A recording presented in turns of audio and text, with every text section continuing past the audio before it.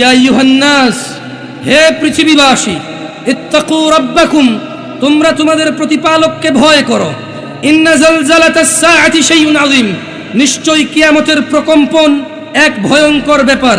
ইয়াউমা তারাউনাহা, ইয়াউমা তারাউনাহা, ইয়াউমা তারাউনাহা, যেদিন কিয়ামতের প্রকম্পন আসবে তোমাদের মধ্যে যারা তখন উপস্থিত থাকবে তোমরা দেখবে তাযহালু কুল্লু মুরদিআতিন আম্মা আরদাআত, যেদিন কিয়ামতের প্রকম্পন আসবে সেদিন পৃথিবীতে যে বসবাস করবে, যে কিয়ামতের প্রকম্পন দেখবে, সে দেখতে পাবে মা তার আদরের সন্তানকে দুধ পান করাচ্ছে, ভুলেই গেছে কি দুধ খাওয়ানো ছেড়ে দিছে।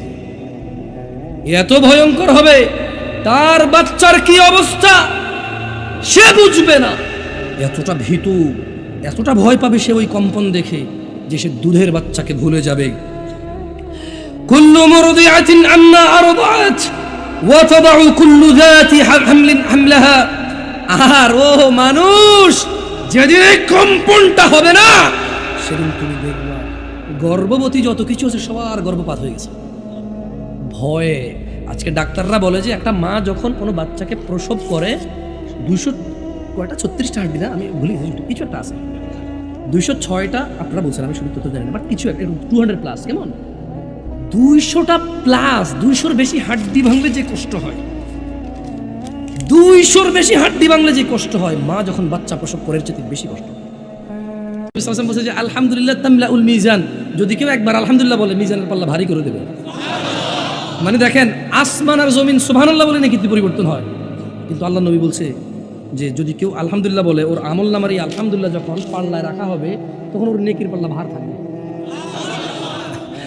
তারপরে তো কেমন আছেন বললে বলা যায় বালা নাই, বালা আছে, দুইটা কথা হয়ে গেছে, হয় বালা নাই নালে বালা আছে, এই তো চলতেছে, যাচ্ছে কোনো রকম, আছি কোনো রকম, এই তো না। কেমন আছেন, কেমন আছেন? আমি কল করি আপনাদের, কেমন কি করবো এখন, আমি রিং বাজাবো 2 বারের পর সবাই রিসিভ করবেন জোরে, কেমন ক্রিং ক্রিং, মাশাআল্লাহ, ওকে ওকে, ঠিক আছে ঠিক আছে, সুবহানাল্লাহ, জাযাকুমুল্লাহ খাইর, ভালো নাকি? হ্যালো, আবার রিং করি, কেমন সবাই একসাথে রিসিভ করবেন কল, কেমন ক্রিং ক্রিং, ওয়া আলাইকুম আসসালাম। আচ্ছা, এখন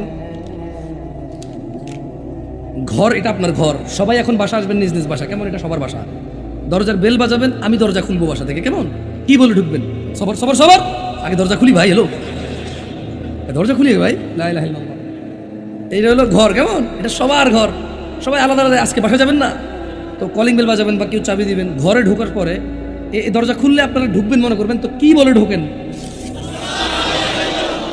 বউরে সালাম দিছেন, আস্তাগফিরুল্লাহ, কি শরমের কথা, বউরে সালাম দিছে জামাইয়ে। আচ্ছা, আবার দরজা খুলি, কেমন বাপে ছেলেরা সালাম দিছেন, কি কোন বাপ হইয়া ছেলেরা সালাম, হ্যাঁ দেখেন কিছু লোক শরম পাইতেছে। ঘরে কেউ না থাকলেও ঢুকলে সালাম দিবে, বুঝছেন তো? আচ্ছা, এবারে ওই যে সুইচ বন্ধ করে ঘুমাবো, কেমন আমি এটা ছিঁড়লে বুঝবো যে সুইচ বন্ধ করছি, কি বলে বন্ধ করবেন বলবেন, কেমন মাশাআল্লাহ, তো যাক পরীক্ষা করা লাগবে, পাস হয়েছে মাশাআল্লাহ, আসলে পাস হয়েছে। এখন এগুলা করেন কি না বাসা, এটা বলেন, আজকে থেকে আর মিস হবে? ক্রিং ক্রিং, ঘরে ঢোকেন,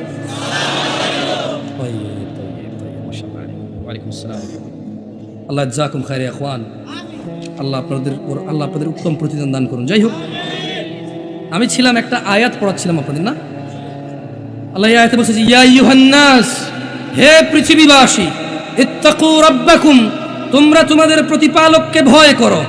ইন্না জালজালাতাস সাআতি শাইউন আযীম, নিশ্চয়ই কিয়ামতের প্রকম্পন এক ভয়ঙ্কর ব্যাপার।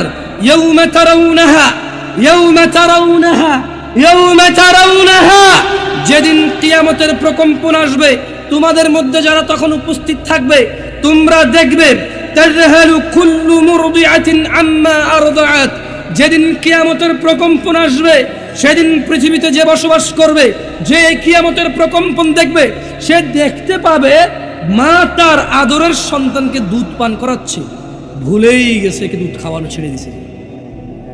এত ভয়ঙ্কর হবে তার বাচ্চার কি অবস্থা সে বুঝবে না। এতটা ভীতু, এতটা ভয় পাবে সে ওই কম্পন দেখে যে সে দুধের বাচ্চাকে ভুলে যাবে। কুল্লু মুরদিআতিন আম্মা আরদাআত ওয়া তাদউ কুল্লু যাতি হামলিন হামলাহা।